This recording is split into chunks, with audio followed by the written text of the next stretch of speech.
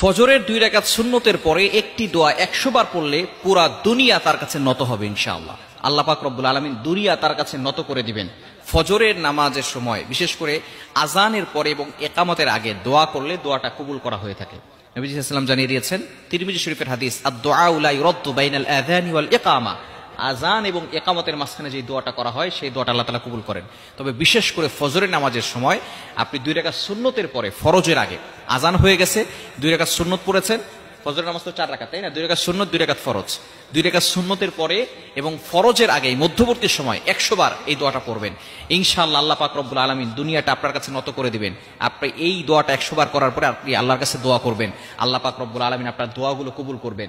আপনার সন্তান আপনার কথা শুনে না, আপনার মেয়ের বিয়ে হচ্ছে না, আপনার অভাব, আপনার বিপদ, যত ধরনের কষ্ট আছে, দুঃখ আছে, সব আকাঙ্ক্ষাগুলো আপনি আল্লাহর কাছে বলবেন, দেখবেন আল্লাহ তাআলা সবকিছু আপনার জন্য সহজ করে দিবেন। আল্লাহ পাক রব্বুল আলামিন যদি বান্দাকে বিপদ থেকে উদ্ধার করতে চান, তাহলে আল্লাহ পাক রব্বুল আলামিন তাকে বিপদ থেকে উদ্ধার করেন। দুনিয়ার কোনো শক্তি তাকে বিপদে ফেলতে পারে না। এজন্য এই দোয়াটা করার দরকার আছে না নাই? ফজরের নামাজের পরে, সুন্নতের পরে কিভাবে আমলটি করবেন? প্রথমে 11 বার দুরূদ শরীফ পড়বেন। দুরূদ শরীফ হচ্ছে আল্লাহুম্মা সাল্লি আলা মুহাম্মদ, যেটা দুরূদ ইব্রাহিম আছে, এই দুরূদটা পড়বেন। এটা সবচেয়ে ফজিলতপূর্ণ দুরূদ। যদি এটা না পারেন তাহলে সাল্লাল্লাহু আলাইহি ওয়াসাল্লাম, এটাও একটা দুরূদ। আপনি এটা 11 বার পড়বেন। পড়ার পরে এরপরে আপনি 100 বার এই দোয়াটা পড়বেন, সুবহানাল্লাহি ওয়ালহামদুলিল্লাহি ওয়ালা ইলাহা ইল্লাল্লাহু আল্লাহু আকবার ওয়ালা হাওলা ওয়ালা কুওয়াতা ইল্লা বিল্লাহিল আলিয়্যিল আযীম। 100 বার পড়বেন। এগুলো আমরা সকলে পারি না? সুবহানাল্লাহ, আলহামদুলিল্লাহ, লা ইলাহা ইল্লাল্লাহ, আল্লাহু আকবার। এগুলো, এই জিকির তো আমরা সকলেই পারি। এরপরে হচ্ছে লা হাওলা ওয়ালা কুওয়াতা ইল্লা বিল্লাহিল আলিয়্যিল আযীম। একেবারে পরিচিত, সকলের কাছে পরিচিত, একেবারে সহজ যে বাক্যগুলো আছে, সবচেয়ে সহজ এবং আল্লাহ তাআলার কাছে প্রিয় বাক্যই হচ্ছে 4টি বাক্য, সুবহানাল্লাহ, আলহামদুলিল্লাহ, লা ইলাহা ইল্লাল্লাহ, আল্লাহু আকবার। এই 4টি বাক্য হচ্ছে আল্লাহ তাআলার কাছে সবচেয়ে প্রিয় বাক্য।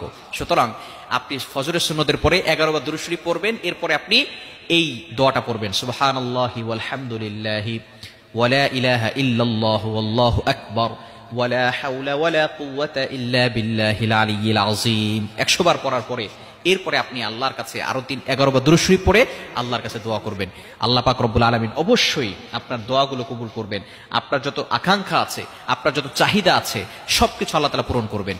অন্য একটি হাদিসের ভিতরে, হাদিসে কুদসির ভিতরে আল্লাহ পাক রব্বুল আলামিন নিজে জানিয়ে দিয়েছেন, মাল্লাহুল মাওলা ফালাহুল কুল।